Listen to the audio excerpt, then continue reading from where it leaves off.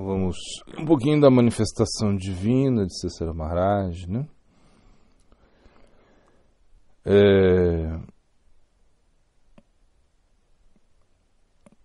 Então a gente está falando de sannyasis, parece, né? Assim, babajis, né? Que os babajis são gurus do sannyasa, ele estava explicando isso, né? Como os babajis, eles estão fora do varnashra, né? E como eles também estão engajados na preparação do código espiritual, ou seja, isso é um babaji, no sentido clássico de Sanatana Goswami, Rupa Goswami, né? Ele estava explicando isso. Porque eles não pregaram, né? Mas eles escreveram, né, os nossos shastras, né? Então, entendendo que escrever, né, é um tipo de kirtana também, como explica Cícera Maharaj, é um kirtana mais poderoso do que próprio cantar, né? E quando você escreve, você tem que estar muito concentrado, inclusive é um kirtana mais poderoso do que pregar mesmo, né? Quando você prega, claro, quando você prega você tem que estar concentrado, sim, mas quando você escreve, você tem que estar mais concentrado ainda. Então, por isso, Cícera Maharaj ele considera, né, escrever como o kirtan mais elevado que existe, né?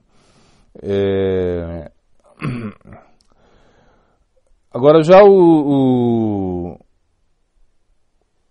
Então, na realidade, eles estão assim, eles não se preocupam muito com o seu próprio benefício, né? Apesar que a gente pode ter pensado, estavam lá, né, isolados, praticando, mas não só praticando, mas escrevendo, né, ajudando, dando, né, as bases fundamentais para a nossa sampradaya, né?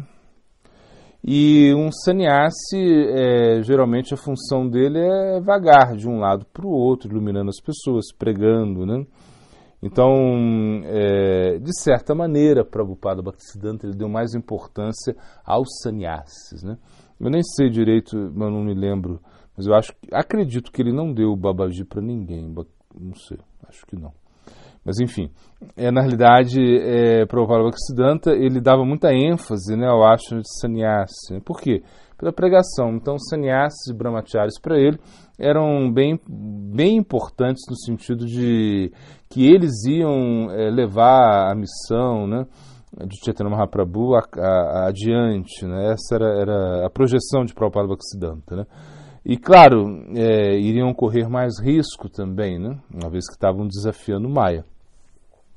Já Bhaktivinoda Thakur ele deu mais ênfase ao Grihastha Ashram, assim, entendendo que é muito mais seguro, né, você ter uma griha, ter sua casa, ter sua esposa, seus filhos e praticar, né, ali, ou seja, e se manter em casa mesmo, né, praticando, né? Então claro, existiu essa diferença, né, entre Prabhupada Bhaktisiddhanta e Bhaktivinoda Thakur. Prabhupada Bhaktisiddhanta, ele foi a pessoa que colocou em prática, né, os ensinamentos de Bhaktivinoda Thakur. Então ele imaginou que se ele tivesse sannyasis, né, pregadores, né, coletadores, se ele abrisse muitos templos, isso expandiria a consciência de Krishna. O que aconteceu realmente, né?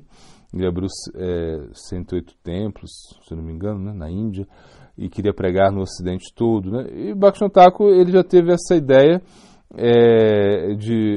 ele já escreveu muito, Bhaktivinoda Thakur, né? Escreveu mais de 100 livros, né? Então estabeleceu o Siddhanta através dos livros e suas canções também. Então quando a gente vê Bhaktivinoda Thakur, né? A gente vê ele assim muito centrado, muito com a ideia de realmente estabelecer, né, uma base para a nossa sampradaya, né? E já Prabhupada Bhaktisiddhanta ele colocou em prática, apesar que ele escreveu também, enfim, essa ideia, né?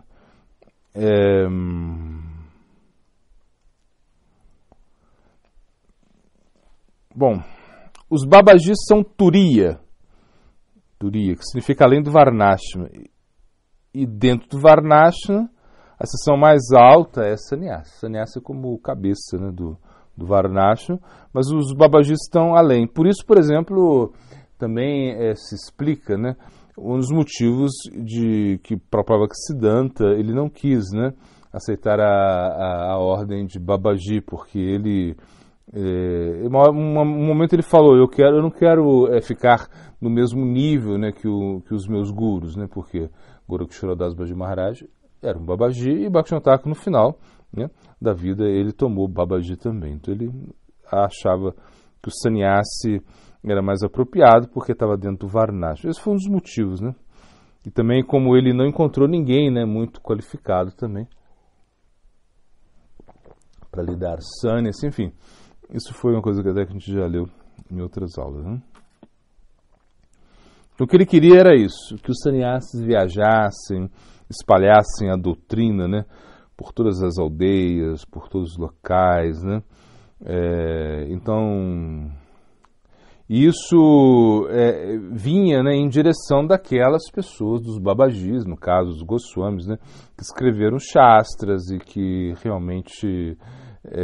e também de Bhaktivinoda Thakur, né, porque na realidade Prabhupada Bhaktisiddhanta ele imprimiu, né, os livros de Bhaktivinoda Thakur, né, ele fez com que os seus discípulos lessem os livros de Bhaktivinoda Thakur e não se preocupou muito mais com outra literatura. Claro, o Srimad Bhagavatam, Chaitanya Charitamrita, mas o Bhagavad Gita, mas ele não, por exemplo, os seus discípulos não tiveram muita oportunidade, né, de ler os Sandarbhas naquele momento, ou seja, não era muito disponível isso, né?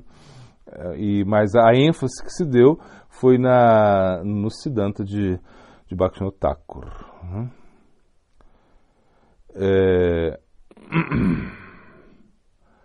Então ele falou, nosso Prabhupada Bhaktisiddhanta, né, ele usou a sua vestimenta até o fim da vida, né, de sannyasi, né?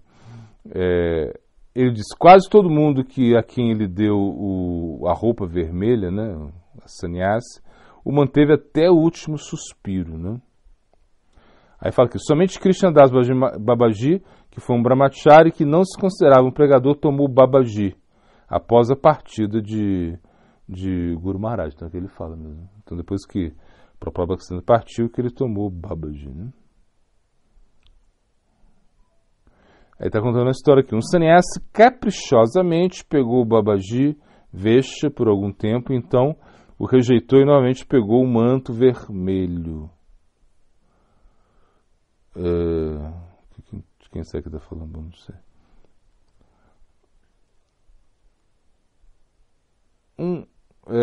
Uma mata introduziu aquele pano branco incluído no seu último acharya. Ou seja, então, claro, eles preferiram aceitar a ideia de Rupa e Sanatana, né? Eles achavam que a ideia de Prabhupada era temporária por enquanto, né? Ou seja, era só uma estratégia de pregação, mas a roupa de Rupa e Sanatana era verdadeira, porque na realidade Sanatana Goswami e Rupa Goswami aceitaram essa vestimenta na presença de Chaitanya Mahaprabhu mesmo, né? Então isso era a verdadeira roupa de um renunciante Vaishnava, o branco, né?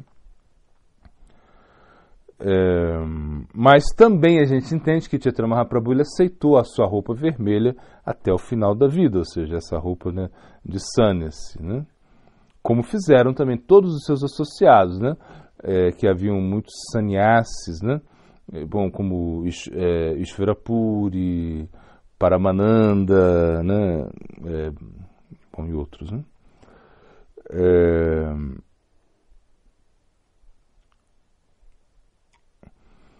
Eles eram todos sannyasis que vestiam roupa vermelha, né?